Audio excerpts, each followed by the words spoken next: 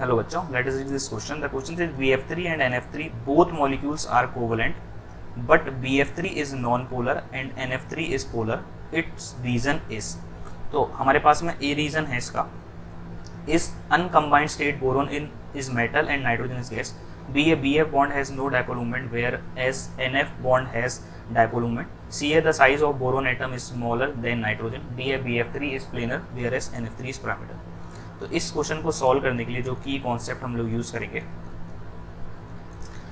तो अगर हम लोग स्ट्रक्चर देखेंगे, BF3 इज ट्राइगोनल प्लेनर,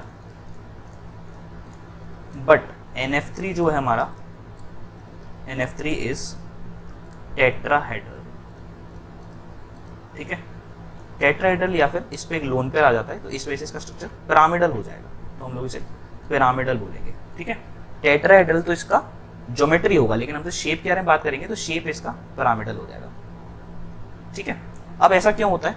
क्योंकि BF3 का जो स्ट्रक्चर होता है, इसमें 3 सिग्मा बॉन्ड्स होते हैं और कोई लोन पेयर नहीं होता, तो यहाँ पे इसका क्या हो जाता है, ये स्ट्रक्चर बिल्कुल ट्राइगोनल प्लेनर हो जाता है.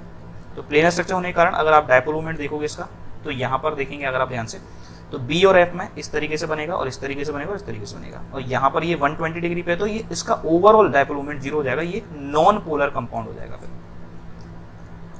लेकिन अगर आप NF3 में देखोगे, तो NF3 में क्या हो जाएगा, यहाँ पे एक लोन पेयर आ जाता है, और ये F F और F, तो ये पिरामिडल स्ट्रक्चर हो जाता है, और यहाँ पर ओवरऑल डायपोल मोमेंट कैंसिल नहीं हो पाता. ठीक है, तो यहाँ पर ओवरऑल जो डायपोल मोमेंट आता है वो नॉट इक्वल टू 0 होता है, और ये पोलर कंपाउंड हो जाता है, क्योंकि यहाँ पर एक लोन पेयर आ गया, तो यहाँ पे ओवरऑल जो है वो कैंसिलेशन नहीं हो पाएगा डायपोल मोमेंट का, तो ये पोलर कंपाउंड हो जाएगा. ठीक है, so the final answer will be option number D. I hope you understand this question well. Best of luck.